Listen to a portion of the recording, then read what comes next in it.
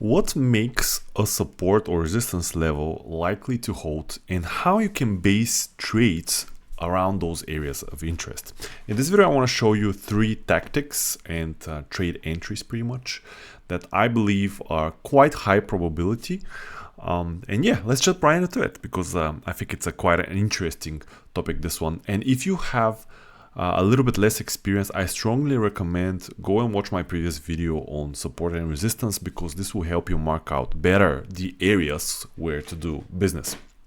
And the very first strategy that I want to discuss is called first test, best test.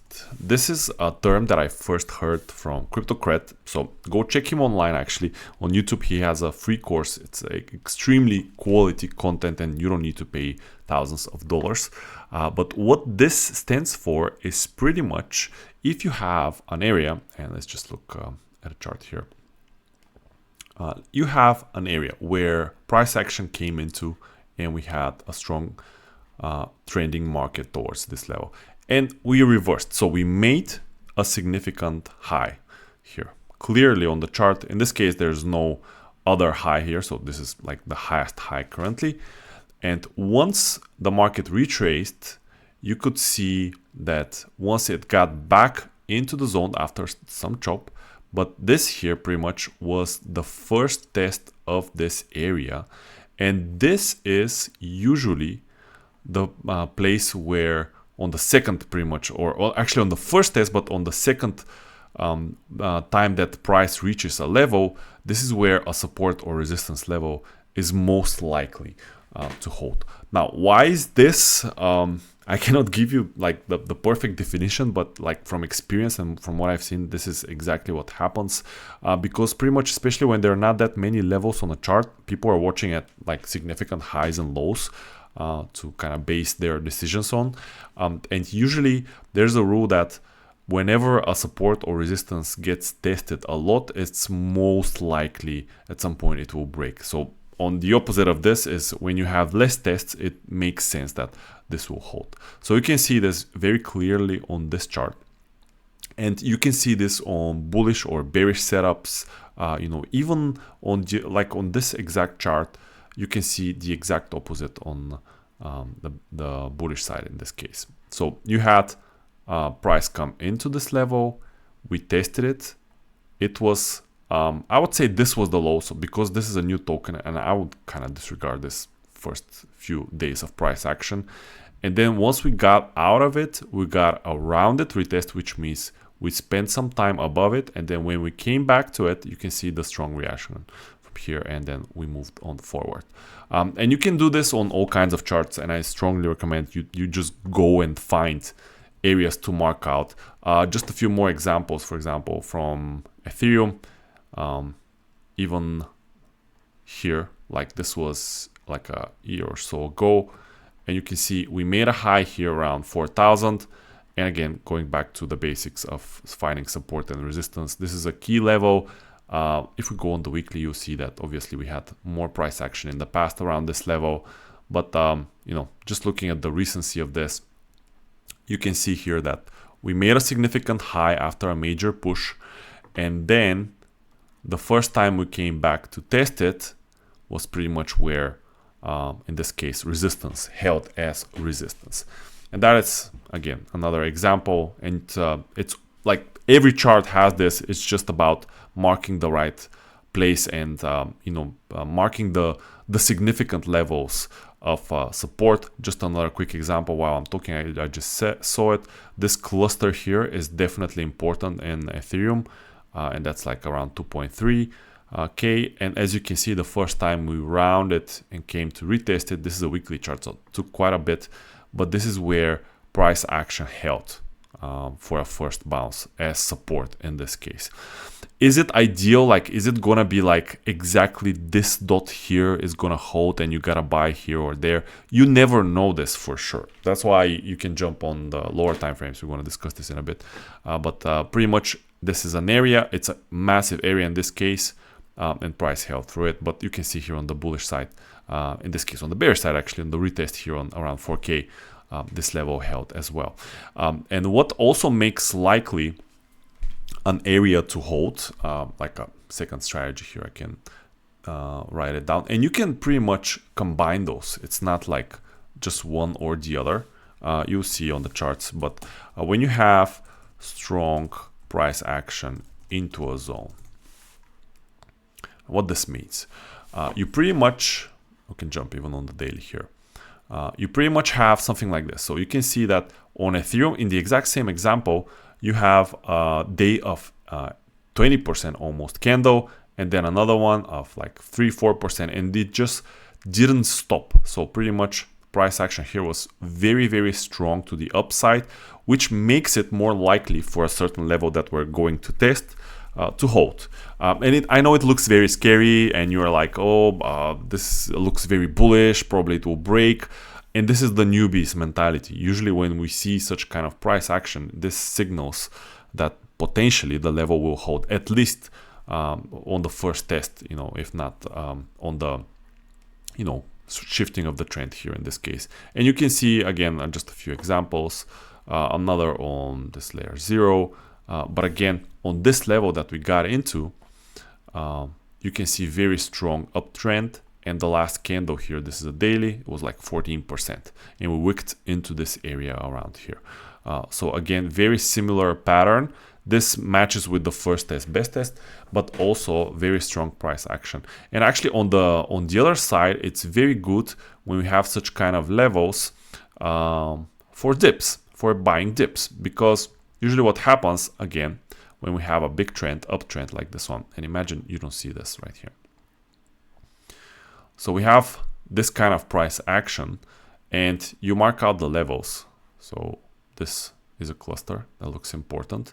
Quite often when we have a significant selling pressure like this one, so we have a day of 6% down, 2% down, and then a massive candle which was at some point like 20% down, we didn't quite reach this level of support, which happens. Sometimes it gets front run, but when we have such a strong price action, usually it's followed by a bounce, and if it fits your criteria of also being in an area of support, it makes for quite good place to buy. And we didn't hit it the first time, but you can see exactly the same pattern. So the selling continued. We had still a couple of days of very strong price action to the downside here, like 3 consecutive days of 10+% to the downside.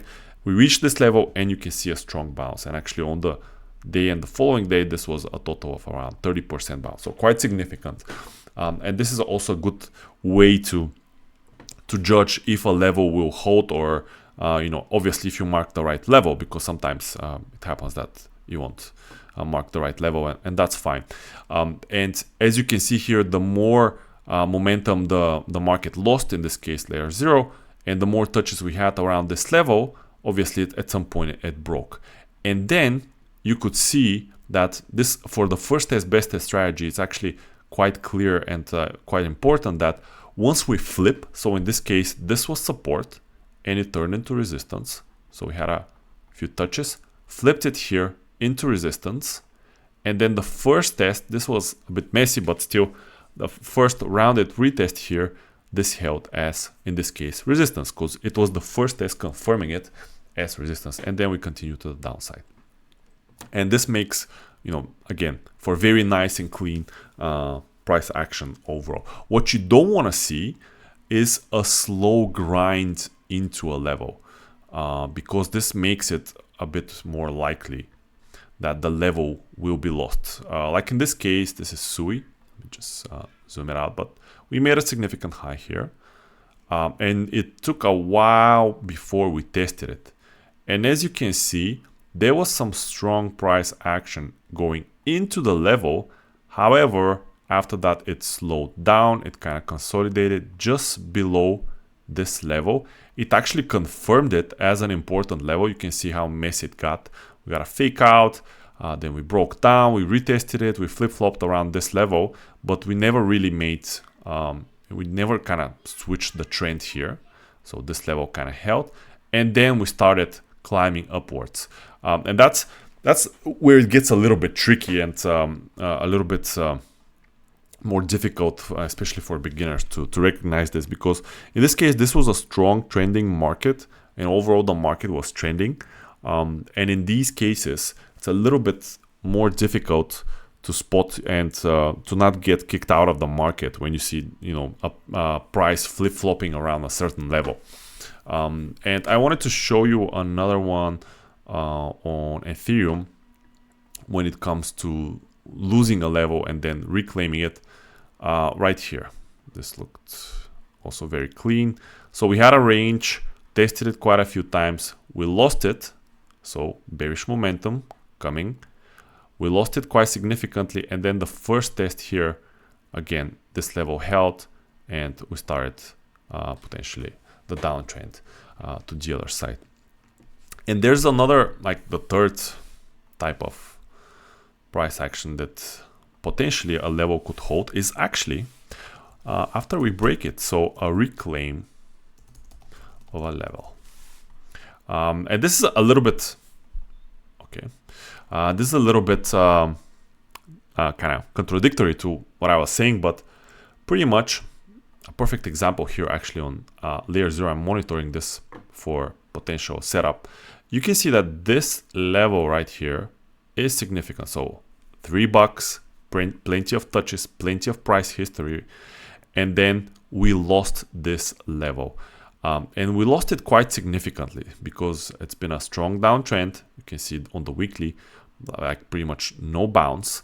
So technically this should have been the place that the token should have bounced, because it's again, significant level. We didn't even bleed out into it. It was just downtrend only, but we didn't. And that's fine. Sometimes the market is not ready to bounce, especially if there's not a narrative. Like pretty much there's no narrative right now for layer 0. However, if a level gets reclaimed, this is one of the cleanest signals you could have for potential. So this could be a very clean trade in my opinion, and the risk to reward in this case makes sense. But pretty much if a level is reclaimed and then on the back of it you get the first test, best test on the lower time frames, this is quite likely to hold. And even if it doesn't, it makes for a very good risk to reward trade. Usually, like I can show you Link, for example. There was an example. These don't go, they don't come too often, but for example, Link here, this level, in my opinion, is quite significant. So maybe we reclaim it, and it's a nice trade to the highs here. But also there was one, let me just find it. There it is. So there was a range here, very clear range, the lows to the highs. And you can see that a few times actually we broke below it and we came back into it. And this was like picture perfect level of, we lost the level, we claimed it, we retested it here, it held, and then it started running to the top of the range. So these are quite cool to see. They usually are not so easy to come by or to spot sometimes, but you can see the pattern. And the only way you can get good at this is just, obviously practice. And one caveat here, and you might ask like, hey, why is a certain level not holding? Like for example, on layer 0, because I was showing you the perfect example that I could see with obviously history in hindsight. But what you would ask, like, this is where a big move originated. So this price action here caused this big push here to the upside. Why didn't this area hold? And the answer to this is, I don't know. You take a calculated risk. If you believe this is an important level and it doesn't work out, that's fine. In trading, you win like 30-40% of the time if you're a great trader. So I cannot tell you perfectly like this level will work 100% of the time.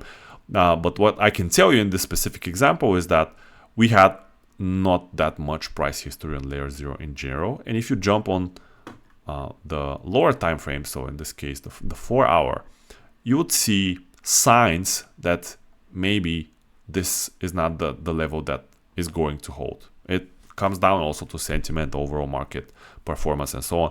You could see that actually after this leg down, price on the 4-hour kind of made a pause here, but it just continued selling.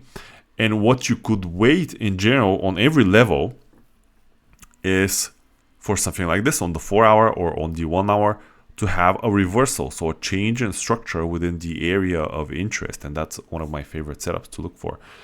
So maybe on the 4 hour, we made a higher high here on the around $4 mark, and then came back to retest this to confirm it that maybe we're shifting back into a bullish structure, and then continue in the direction of the trade that we really want to see. In this case, it didn't happen, which is fine. But for example, we can use this here, this level that it came into, so you can see what happened. And this is quite often what happens, especially when you combine all of the strategies.